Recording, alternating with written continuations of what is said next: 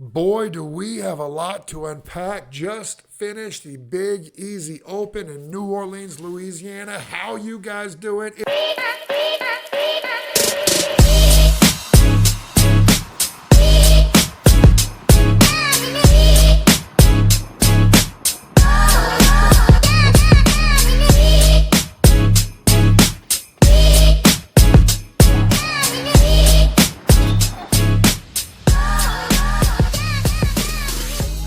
Oh, yeah.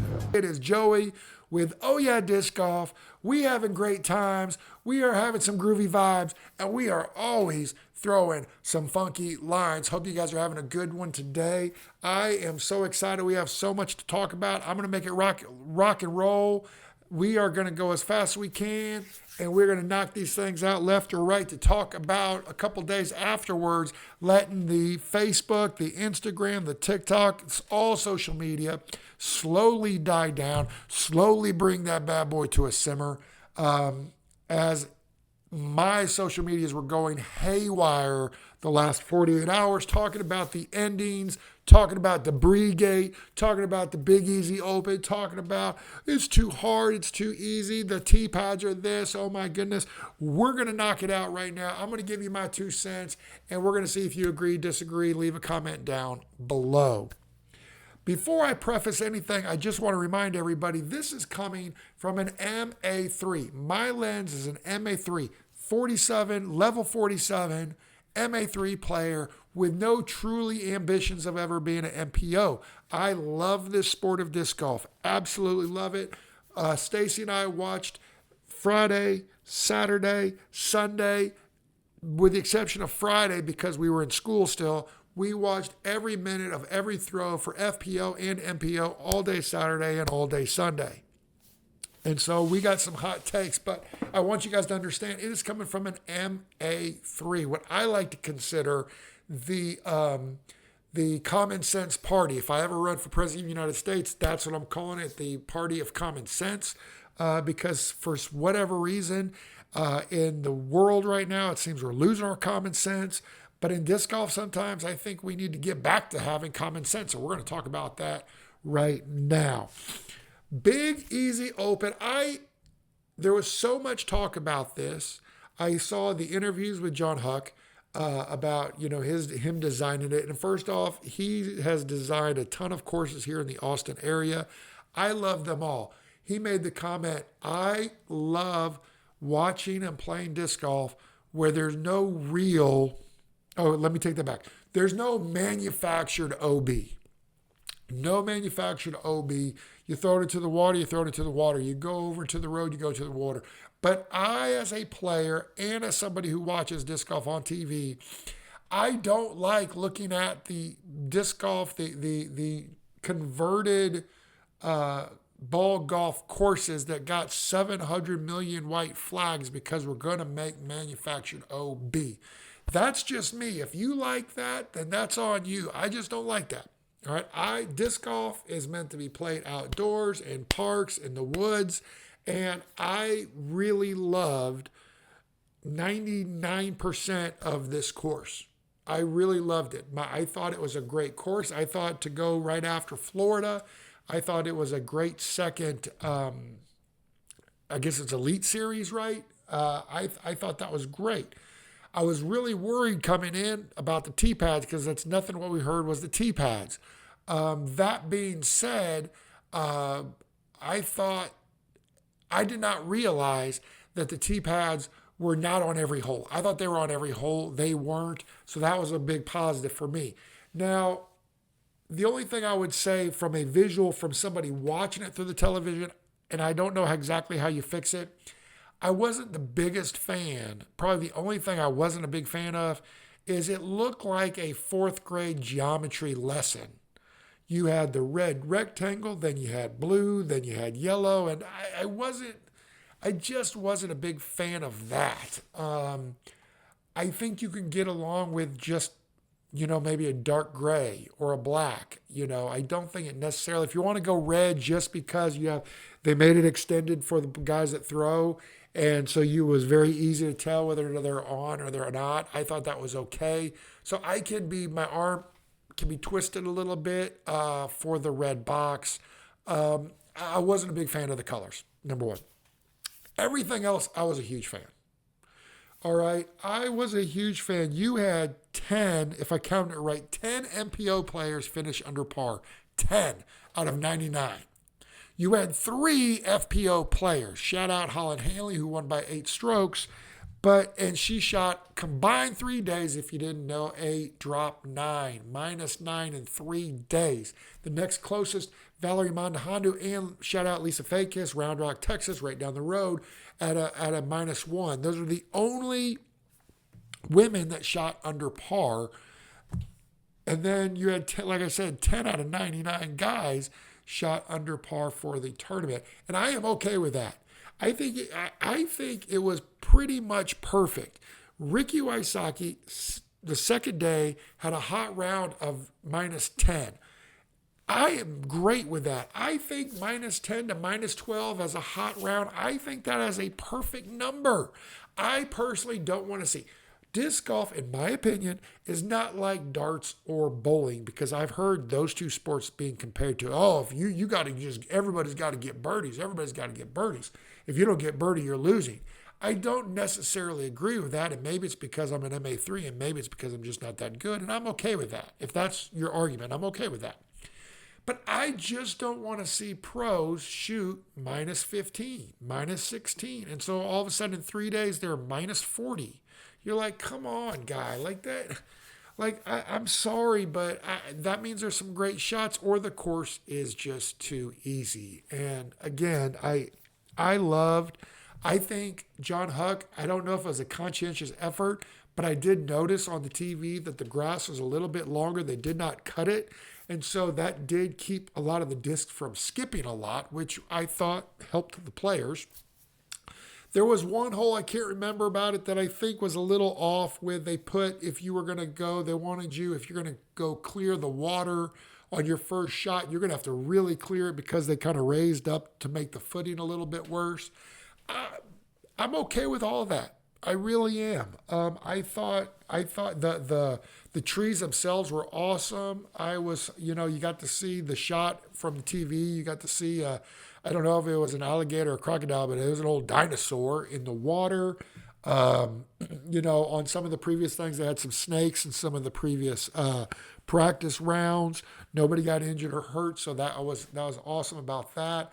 And they brought a new city with hopefully a little bit of help for the New Orleans community with some of the money that being influxed into New Orleans. So I'm all for all of that. Really quickly here, Debris Gate. My wife and I was watching it when it happened, and she and I both, when Ricky went to go pick that up on, 17, I guess. When he went to go pick that stuff up, both Stacy and I looked at each other and we said, dude, that's past his line. Isn't that a penalty? And then the TV caught, Gannon and Ricky and everybody else saying it. And I've seen some people in the comments say, well, I think it was Luke Taylor and Isaac Robinson should have been penalized because they weren't watching, and the rules say you got to watch everything. I am not into that. I think that if you've played disc golf before in a group of 4 and you throw drives or you throw your second shots and one's over here, one's, you're at one shot's at 10 o'clock, one's at 11:30, one's at 1, one's at 2, and you have 4 guys all over because they're walking, but they're still looking. I think it's very easily possible you're not going to call something when you're, 125 feet away, 150 feet away with a little bit of elevation. You're not going to call that, all right? So I have an answer to that in 1 second. The one ball golf to disc golf that I am going to go with on this one. In ball golf, you can move anything in your line as long as your ball doesn't move. That's the PGA rule. You can move debris on the putting green. You can move it anywhere, if it's in your footing, if it's behind it, if it's in front of it. As long as the ball doesn't move, you can move the debris. Look, I think the rule needs to be adjusted. They already have the 45 seconds, what they changed, and Ricky used an extension. So if I think it now, was he over or not? I'm not going to even get into it. Doesn't matter to me. Excuse me. Doesn't matter. Personally, I think it was over. And personally, I think he was fighting for every inch because he and Gannon, at the time, Ricky is now dropping 3 strokes in the final 4 holes. So he's hurting. We all know it. You can feel it. You can see it. So he's battling for every inch. Gannon is battling for every inch. And there's $4,500 in between first and second. They're playing for $11,500 first place. So I'm not going to say, oh, I think Ricky was cheated. No, he didn't cheat. It was on purpose. No, it wasn't on purpose. I'm going to let you guys take that bait, okay? But here's what I do know that Ricky should have done. Number one, Ricky has been playing long enough. I heard his excuse. No excuse. As he walked up there, he should have called card mates and looked at that right then. He did it a couple holes before, and so if you do it before and then you don't do it this time, it looks bad. I'm just saying it looks like you might be, on a little bit shady. He should have, and he knows better. He should have called him over, had it look, can I move it, can I not? Okay. That's what should have happened. Now, moving forward, like I said, I think if you can do it in the time or the one extension that you get, I think you should move whatever. I don't want $4,500 on one little twig that's dead because you go from a backhand to a forehand and you're going to hit it. All right? So I think that should be adjusted. That's just me personally. But here is my hill that I need to die on before we finish right here. And again, this is just college of common sense right here. Every last day, I'm not even saying it has to be every day or, every round. The last round of every tournament, chase card, lead card, needs to have one marshal. I'm going to call it an umpire because I played college baseball and pro baseball. It needs one umpire. That umpire makes all the calls. Good calls, bad calls, time calls, OB calls. You don't know what it is, it's OB. The marshal, the umpire says it's out, it's out. No more complaining. No more this thing, well, if it's yours, you can say something, then you got to stay out of it. Stop it. Stop it. You're just giving the first player, you have a purse of $90,000. You can't get. I umpire during the summer and I umpire for $50 and that's usually for an hour and a half. So you can't get 4 people total for 4 hours. You can't pay them a couple $100 to go walk that know the rules, that can make the judgment calls. Take it out of the athlete's hands. After the chase card, fine. I'm not, again, I like the disc golf energy. I like the vibes about it. But you are playing for some money on the chase card and the lead card. One guy says, oh, yes, you can do that. Oh, no, you can't. You got penalized. Then you don't have to call your card mates. And I know there's a little tweaking that you got to do, but that's what we can do. The second thing that we have got to do, when Ricky and Gannon go to a playoff, all right, there should be no... I do not understand, especially on a hard course, but on any course, there should be spotters for every gosh darn throw in a playoff. You're talking a playoff. Playoff. A sudden death playoffs. Stacey and I are watching Ricky throw that, and again, he was already upset. Now he's in a playoff. He makes the huge putt, the 50-footer plus on 18 to get to it. He shanks his first one. He's going now. He's got to go around, and he goes in the water.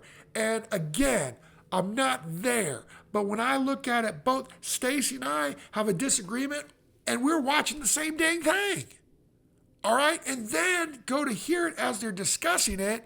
You got, I'm not going to call them fan, but you got fans of Ricky saying it crossed over here. You have fans of Gannon saying this, 51 cent the other. All right?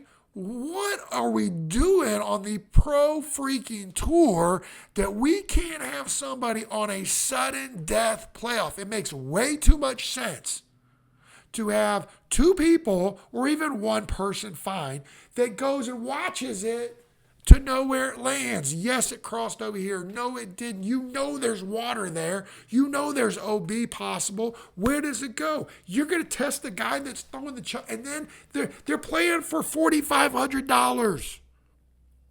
Of course it's going to get tense. Why are we putting so much onus on it? It makes too much sense not to do that. I was so surprised and kind of dismayed because I'm looking around going, okay, they're discussing it. And it's not like volleyball where you give a thumbs up and redo it, right? And I think inevitably watching it, I think I don't know. I don't want to go one way or the other. I think they made a fairly decent call on where it went. I think Ricky, if I'm just being honest from a bystander, I think Ricky got a good spot. He went for it, and I've seen him make those shots over the years. So I think that was probably a good spot by 5-10 feet, a little bit close. But that's neither here nor there. The fact that we can't get an umpire or a spotter on a sudden death playoff, we need to fix it. And we need to fix it right now. That should be something in which the board or whoever makes the decisions looks at it and says, whoa, we need to stop. We need to take care of this right now so that when we go to the next one, if this happens again, we got it covered. I mean, it's not so much, I know as disc golf, Stacy and I were talking about, disc golf we're not in its infancy, but disc golf as a general, I would consider it, I teach middle school, I would consider disc golf to be like, we're in 7th grade right now. We think we know what we're doing. We think we know everything about everything. We think we have all this. And now we have more money coming in. We have bigger sponsorships coming in. We get all this stuff. It's slowly starting to pile up and get better. And all of a sudden we think we know exactly what to do. And unfortunately, I think that it is okay sometimes to take a step back, reflect, come out there with some transparency and say, you know what? It's not going to happen again. Our bad. We will fix it. Next time up, this is our plan. And I think as long as they're transparent and do something like that, I think everybody's going to be open arms and say, let's go. I think the longer you don't do anything and just put your head in the sand and act like it's going to be okay, I think that's the problem on it. So those are my hot takes. I hope, whether you agree, disagree, I would love to hear in the comments. Like, share, and follow down below. I appreciate it, man. Hey, get out onto the disc golf course. Go out there, have some groovy vibes, throw some funky lines, and we will see you next time.